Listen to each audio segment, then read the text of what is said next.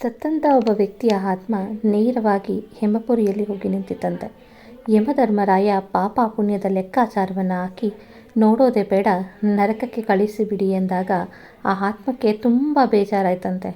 ಎಲ್ಲರೂ ನನ್ನನ್ನು ನೋಡಿದವರು ನೀನು ಸ್ವರ್ಗಕ್ಕೆ ಹೋಗಿ ಸೇರ್ತೀಯಾ ಅಂತ ಹೇಳ್ತಿದ್ರು, ನೀವು ನರಕಕ್ಕೆ ಕಳಿಸಿದ್ದೀರಲ್ಲ, ನಾನೇನು ಮಾಡಿದೆ ಅಂತ ಕೇಳಿದಾಗ ಯಮಧರ್ಮರಾಯ ಹೇಳಿದಂತೆ, ನೀನು ನೇರವಾಗಿ ಯಾವುದೇ ತಪ್ಪನ್ನು ಮಾಡಿಲ್ಲ, ಯಾರಿಗೂ ಕೂಡ ಕೆಡುಕನ್ನು ಮಾಡಿಲ್ಲ, ಆದರೆ ಚಾಡಿ ಹೇಳಿ ಅವರ ಇವರ ಮಧ್ಯೆ ತಂದು ಹಾಕಿದೆಯಲ್ಲ, ಅದು ಮಹಾಪಾಪ. ಹಾಗಾಗಿ ಯಾರೆಲ್ಲ ಚಾಡಿ ಹೇಳ್ತಾರೋ ಅವರೆಲ್ಲ ನರಕದಲ್ಲೇ ಕೊಳಿಬೇಕಾಗತ್ತೆ ಅಂತ ಹೇಳಿದ್ರಂತೆ. ಅಂದರೆ ಚಾಡಿ ಹೇಳೋದ್ರಿಂದ ನಾವು ಅಂದ್ಕೊಳ್ಬೋದು, ಕೆಲವರಂತೂ ಚಾಡಿಯನ್ನು ಕಾಮಿಡಿಯಂತೆ ಮಾಡ್ತಾರೆ.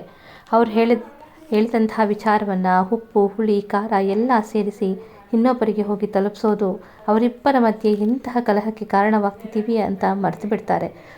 ಸುಮ್ಮನೆ ತಂದಿಡುವಂತಹ ಅಥವಾ ತಂದಿಟ್ಟು ತಮಾಷೆ ನೋಡುವಂತಹ ಕೆಲಸವನ್ನು ಮಾಡ್ತಾರೆ. ಅವರ ಜೀವನ ಬದುಕಿದ್ದಾಗಲೂ ಅಷ್ಟೇ, ಸತ್ತ ಮೇಲೂ ಅಷ್ಟೇ, ಖಂಡಿತ ಚೆನ್ನಾಗಿರಲ್ಲ ಅಂತ ಈ ಪುಟ್ಟ ಕತೆ ಮೂಲಕ ನಾವು ನಿಮ್ಗೆ ತಿಳಿಸೋದಕ್ಕೆ ಹೊರಟಿದ್ದೀವಿ ಅಷ್ಟೇ. ಅದಕ್ಕೆ ಹೇಳೋದು, ಚಾಡಿ ಹೇಳ್ತಿದ್ರೆ ಬಿಟ್ಬಿಡೋಣ. ಅಕಸ್ಮಾತ್ ಚಾಡಿ ಹೇಳೋರನ್ನ ಕಂಡ್ರೆ ಈ ಕಥೆಯನ್ನು ತಿಳಿಸಿ ಹೇಳೋಣ, ಅವರಿಂದ ಆದಷ್ಟು ದೂರ ಇರೋಣ ಅಂತ.